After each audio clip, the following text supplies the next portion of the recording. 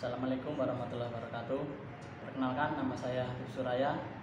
Pada kesempatan ini saya akan menjelaskan bagaimana cara menghitung awal waktu sholat dengan menggunakan rukun mujayab.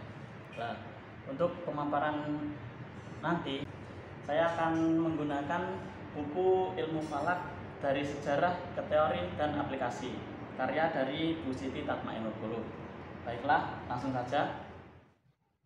Ya, berikut ini adalah beberapa komponen penyusun dari rubuk mujayab. Adapun komponen yang pertama yakni markas. Nah, markas letaknya di sini, di ujung. Markas merupakan titik pusat rubuk mujayab.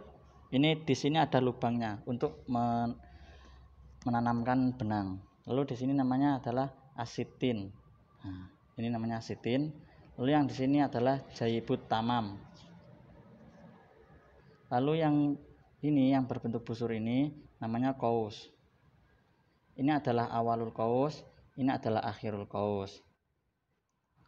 Lalu ada namanya jaib al-mangkusah.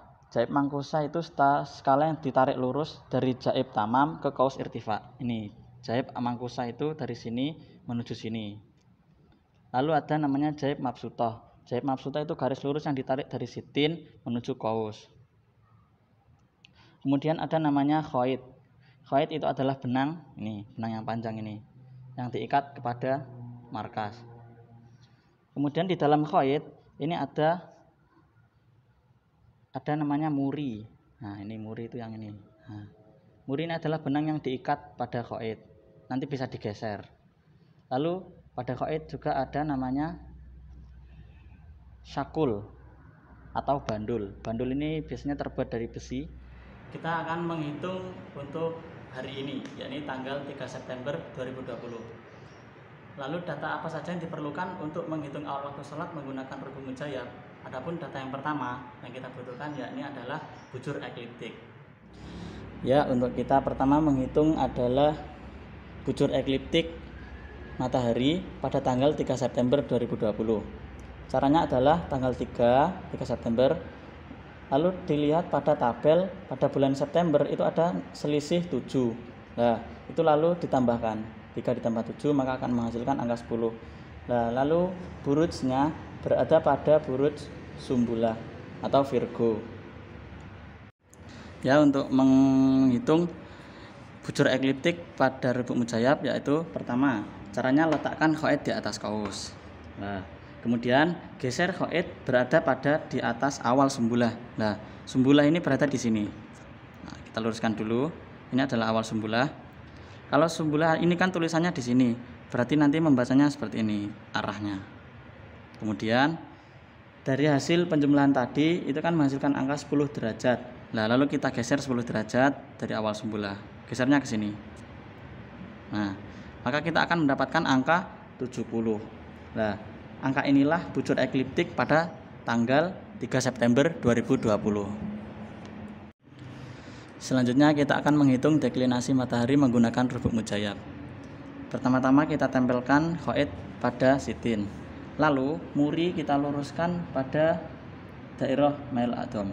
Nah, kemudian pada 3 September besar bujur ekliptik adalah 70 derajat. Nah, maka kita luruskan 70 derajat ini dari awal qaus. Dengan begini lalu muri kita tarik ke atas, kita luruskan pada sitin, kita tarik garis. Nah, maka akan menghasilkan angka 22 derajat 15 menit. Selanjutnya adalah cara menghitung bu'dul qutur pada tanggal 3 September 2020. Caranya adalah pertama kita letakkan khoid pada qaus lintang 6 derajat 58 menit. Kemudian tarik garis lurus dari qaus hingga menuju sitin, maka akan menghasilkan sekitar 7 derajat. Selanjutnya letakkan muri pada hasil yang tadi 7 derajat tadi sini. Kemudian setelah muri sudah menempel pada sitin pada angka yang tadi, angka 7 derajat, lalu kita pindah pada awal qaus. Lalu kita geser sebesar angka deklinasi matahari, yakni 21 derajat 57 menit.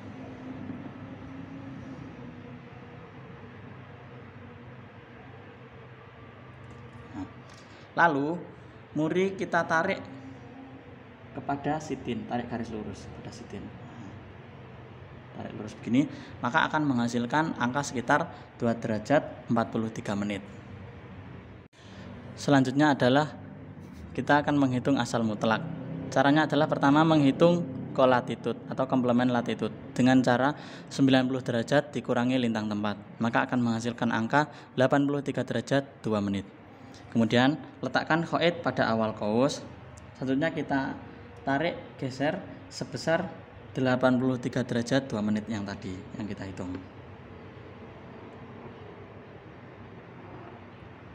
83. Nah, setelah sampai di sini kita hentikan dulu. Lalu muri kita tarik kepada asitin, maka akan menghasilkan angka 59 derajat 33 menit. Kemudian letakkan khoid pada sitin, posisikan muri pada 59 derajat 33 menit. Lalu kita akan menghitung komplement latitude deklinasi, yakni dengan cara 90 derajat dikurang 21 derajat 57 menit, yaitu nilai deklinasi, maka akan menghasilkan angka 68 derajat 3 menit. Geser khoid sampai pada pertama di awal dulu, kemudian digeser sejauh 68 derajat 3 menit.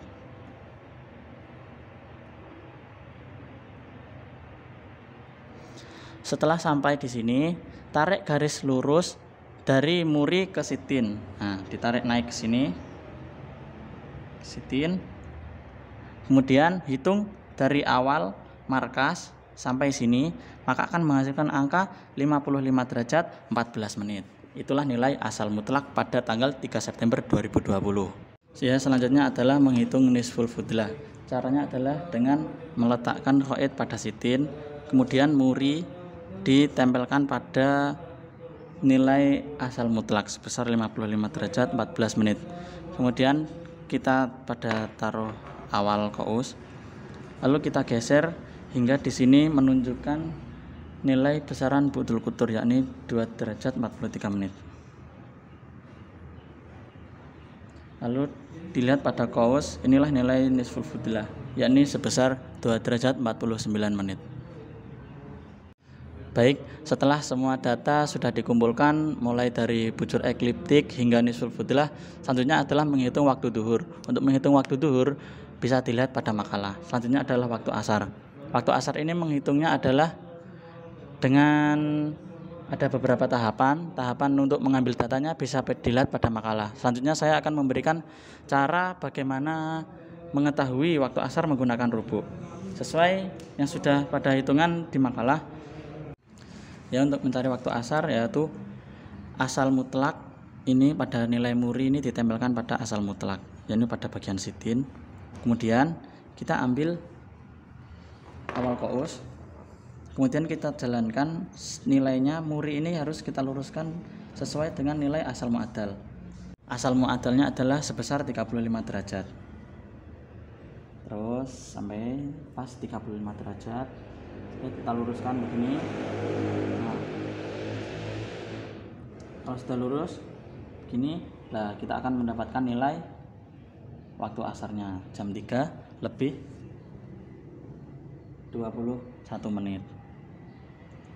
Lalu akan ditambahkan dengan waktu ikhtiyat. Ya, itu tadi adalah cara menghitung waktu sholat dengan menggunakan rubuk mujayyab. Yang belum dijelaskan waktu isya, subuh, itu caranya sama dengan waktu asar. Untuk perhitungannya sudah terlampir pada makalah. Ya, demikian yang dapat saya sampaikan. Kurang lebihnya mohon maaf. Assalamualaikum warahmatullahi wabarakatuh.